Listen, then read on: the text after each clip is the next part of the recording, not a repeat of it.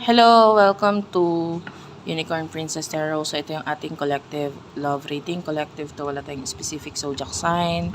Ang importante, pinaka-reading ko makarelate ka, makaresonate ka, maaaring ang reading na ito ay para sa'yo. Pero kung hindi, okay lang yun. May next reading pa naman tayo. Ito wala tayong specific zodiac sign dito ha. So pwede kayo magkapalit-palit ng roles, depende sa nangyayari sa inyo ng person mo.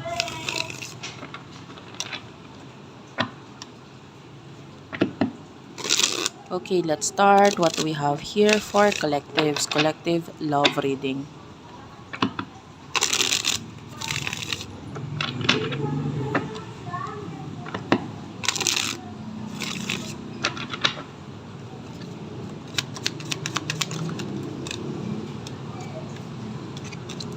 Ayan, meron tayo ditong Queen of Coins and Nine of Coins. Ay, napakaganda. Unang-unang cards pa lang. Nakakita tayo dito ng finances, money, career. Napakaganda nito. Development, growth, success. Lalo na with the Queen of Wands kung ikaw ay may something naghahandle ng pera or if you do have a business, kahit sideline yan. The Justice card, ayan o, career talaga eh. So, financial blessings and financial success ang nakikita natin for you. Okay? So, big change. Yan o, big change for you. Lalo na with the Wheel of Fortune. So, kung hindi mo pa yung natatamasa ngayon, kapit lang kasi soon. This will happen to you soon. So, person na nakakonect mo, sino to?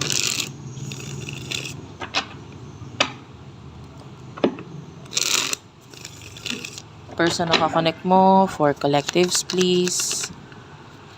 You do have here the Four of Swords.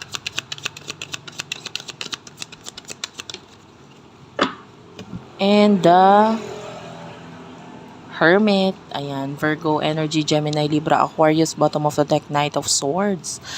So, for what I can see here, nakakita tayo dito ng person who is currently in a hermit mode. You could be dealing with a Virgo or you are a Virgo, the Four of Swords. Okay lang kahit hindi yun yung zodiac sign ha. Yun lang yung energy.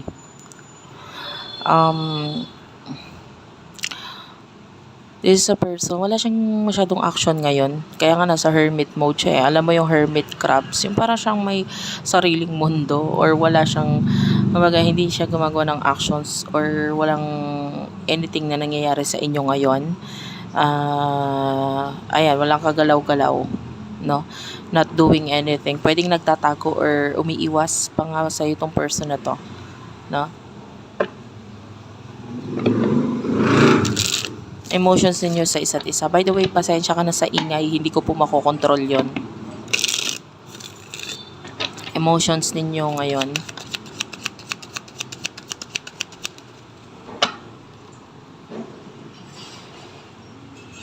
The Chariot and the Justice card.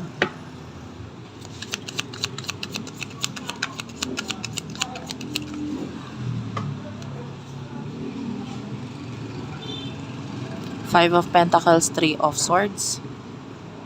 Okay, emotions mo for your person. The Chariot is here, so nakikita natin ito as ikaw din, lumalayo or umiiwas sa person na to. Kasi focus mo ngayon, career. So, kung may separation sa inyo nangyayari, pareho kayo na hindi para i-push itong connection or relationship na ito sa ngayon. You're just focusing on your career. Ayan, lalo na with the Justice card. Person mo, currently, meron siya mga problem financially. Tapos, nasasaktan siya ngayon. Umiiwas siya pero siya yung nasasaktan sa pag-iwas na ito.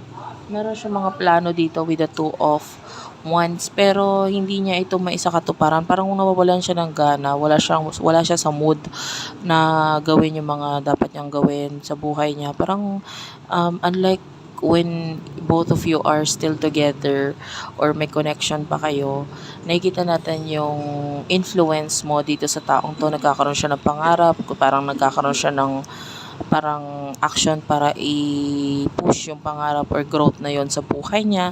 Pero ngayon parang naiisip niya, wag na lang kaya or parang wala na siyang gana. Kung ano lang yung ginagawa niya sa araw-araw, tuloy-tuloy na lang yun. Pero hindi niya na feel na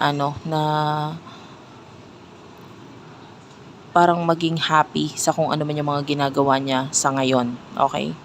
So, wala kasi siyang inspiration ba or walang nagpo-push sa kanya na pwedeng yun yung ginagawa mo sa kanya noon. I-push siya sa kung ano man yung makakapagpaayos sa kanya, makakapagpaganda, makakapagpapogi, babae man or lalaki, LGBTQIA+, kahit anong gender, okay lang. Anyway, so, malaki yung nagiging influence mo dito sa person na ito noon. So, ngayon, dahil wala ka, medyo wala sa mood or walang gana itong person na ito. So, what will happen in the near future for you?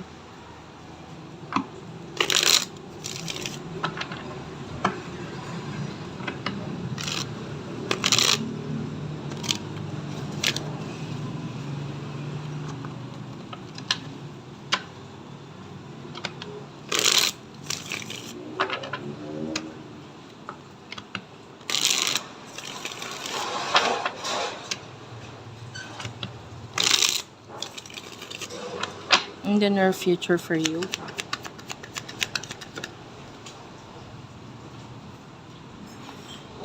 Wait lang guys, nalaglag yung card.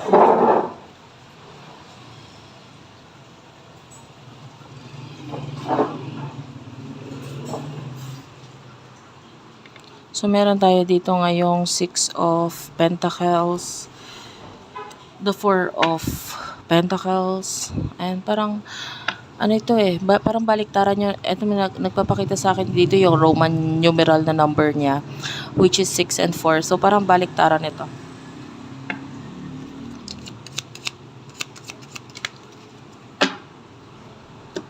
You do have here the 8 of Pentacles, the Magician. Ang lakas ng Virgo energy dito sa taong to. Or maybe you could be dealing with a Virgo, or malakas lang yung pagka-Virgo niya sa kanyang natal chart. Okay? Marami siyang planets in the sign of Virgo. So, you do have here the 6 of Pentacles and 4 of Pentacles. Pagdating sa money, nakikita natin magiging mas balance, mas magiging maayos. And 4 of Pentacles, nakita tayong ipon. So, may mga pag-iipon or makakaipon in the near future for you sa side mo, no? Which is, ito naman talaga yung focus mo, money, career, finances, ayan. Tapos yung person na to with the 8 of Pentacles and the Magician, ganun pa rin, workaholic, focus on finances, focus on career. Wala naman siyang choice kundi mag-focus sa mga bagay na yun kasi nagkakaroon nga ng ending or ng separation sa inyong dalawa. If you are dealing with someone who is in a relationship, unfortunately, hindi nagiging okay yung relationship. Nakakita tayo ng separation dito. Especially if you're dealing with someone who is inaayos yung kanyang pamilya or ang kanyang relationship sa kanyang partner ngayon. So, possible na hindi maayos itong relasyon na ito na magdulot para magkaroon ng ending sa buhay niya. Okay? And you do over the world at the bottom of the deck.